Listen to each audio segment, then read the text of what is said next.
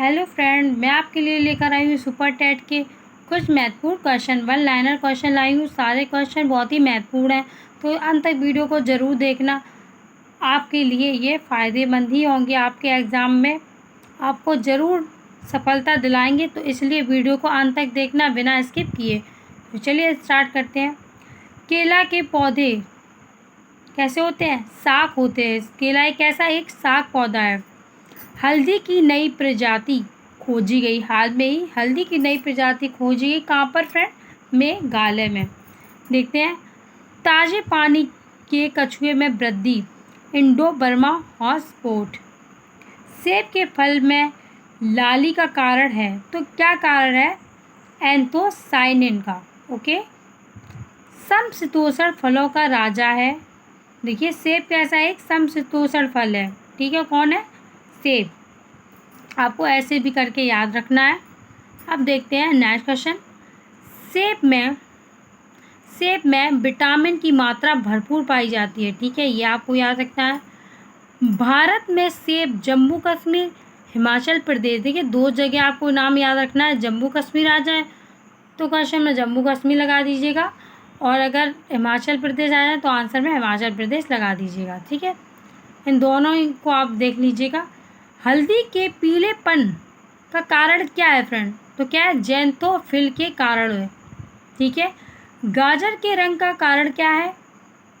Carotene के कारण होता है। मिर्च की चरपराहट किस कारण होती है? कैप्सिन के कारण। ठीक है, बहुत अच्छे से मैं आपको समझा रही हूँ, आप अच्छे से समझ लीजिएगा। और वीडियो पसंद आए तो लाइक ज़रूर कर दीजिएगा। मैं आपकी सुपर टेट के लिए ऐसी वन लाइनर क्वेश्चन लेकर आती रहती हूँ, तो इसके लिए आप चैनल को सब्सक्राइब कर लीजिए। लाइकेन सूखे स्थानों की काई को कहते हैं। ठीक है, लाइकेन किस लिए कहते हैं? सूखे स्थानों में आपने देखा हो काई लगी हो, उसी को लाइकेन बोलते हैं। लाइकेन एक कैसा एक सहजीवी पौधा है। जो काई बता रही हूँ मैं, वो कैसा एक सहजीवी पौधा है। सहजीवी पौधा जहाँ दो जीव एक दूसरे का सहयोग करते हैं। ठीक है, इसे क्या कहते हैं? सहजीवी पौधा कहते हैं। लाइकेन कैसा होता है? वायु प्रदूषण का प्राकृतिक सूचक माना जाता है। यानी लाइकेन को क्या माना जाता है? वायु प्रदूषण का प्राकृतिक सूचक माना जाता है। लाइकेन सल्फर डाइऑक्साइड के प्रति कैसे होते हैं? संवेदनशील होते हैं। ठीक है। शैवाल और जीवाणु जब सहजीविता करते हैं तब क्या बनता है? तो नील हरित बनता है। नेक्स्ट क्वेश्चन देखते हैं। नेक्स्ट क्वेश्चन है, पृथ्वी पर पहले जीवन का नाम किसे कहा जाता है? नील हरित शैवाल को। ठीक है। समुद्र में सबसे पहले आने वाला जीव कौन सा है? नील हरित शैवाल। अफीम प्राप्त किया जाता है तो कैसा होता है? बिना पके फल के लेटेक्स से। ठीक है, अफीम को बोला जाता है। अफीम को क्या बोला जाता है फ्रेंड? तो आपको याद रखना है, मोस्ट इम्पॉर्टेंट है, हरा सोना। अफीम कैसा है? तो अफीम एक उत्प्रेरक उत्तेजक दवा के रूप में जाना जाता है। साधारण मानव में गुणसूत्र कितने होते हैं? 46। अगर वो आपसे क्वेश्चन में ये कहे, जोड़े से पूछे, तो कितने होते हैं? 23। ठीक है, आपको लिखना है 23। अगर साधारण मानव में गुणसूत्र पूछे तो आपको 46 लगाना है। जीवन की मूल इकाई किसे कहा जाता है? तो जीन्स को कहते हैं। आनुवांशिकता पूर्वजों का गुण होता है। आनुवांशिकता क्या होता है? एक पूर्वजों का जो गुण होता है उसी को आनुवांशिकता कहते हैं। अब नेक्स्ट क्वेश्चन है, आधुनिक आनुवांशिक विज्ञान का जनक कौन है? तो ग्रेगर जॉन मेंडल। इन्होंने क्या किया था? मटर के दाने पर प्रयोग किया था। नेक्स्ट क्वेश्चन देखते हैं। जैसा कि मैंने आपको बताया कि मटर के दाने पर उन्होंने हरे पेड़ पौधों का प्रोटीन क्या है? नाइट्रोजन को कहा जाता है। ये भी आपको याद रखना है।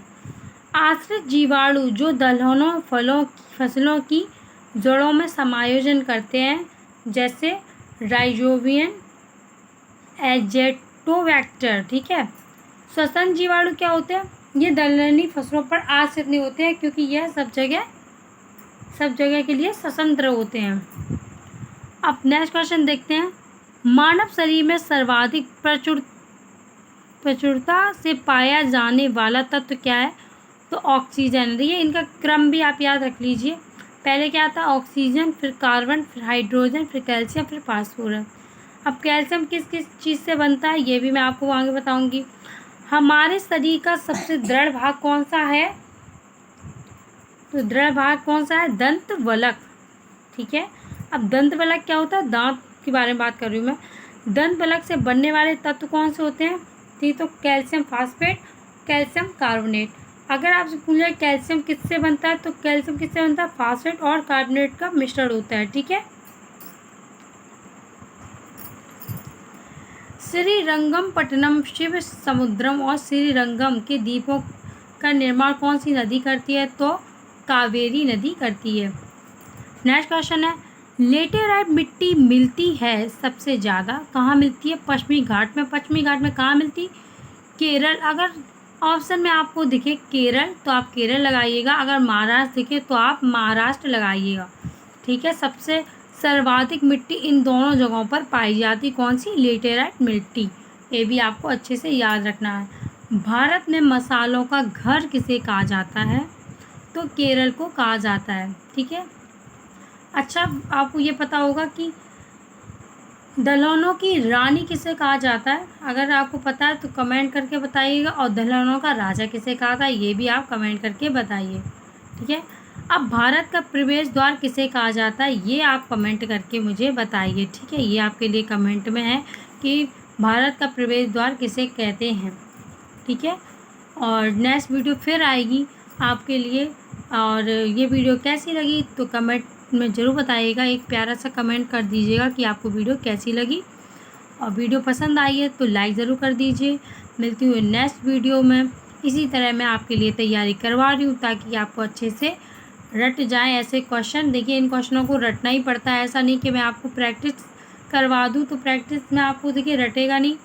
एकदम से आपको ऑप्शन लगा दोगे फिर एकदम से याद नहीं रहेगा, आप भूल जाओगे। ठीक है। आप लगाओगे कि ये ऑप्शन सही होगा या वो ऑप्शन सही होगा, इस तरीके से करोगे। मैं आपको पहले अच्छे से जानकारी देना चाहती हूँ क्योंकि एग्ज़ाम का अभी तो पता नहीं है, इसलिए मैं सोच रही हूँ कि आपके लिए वन लाइनर क्वेश्चन पहले तैयार करवा देती हूँ ताकि मैं इससे अगर जब भी प्रैक्टिस करवाऊँ तो आपके लिए प्रैक्टिस सेट भी लाऊँगी। तो वो सब हम बाद में करेंगे। पहले मैं सोच रही हूँ इस तरीके से आपको वन लाइनर क्वेश्चन दे दूँ ताकि आप अच्छे से तैयारी कर सकें वन लाइनर से। मिलती हूँ नेक्स्ट वीडियो में, तब तक के लिए नमस्कार।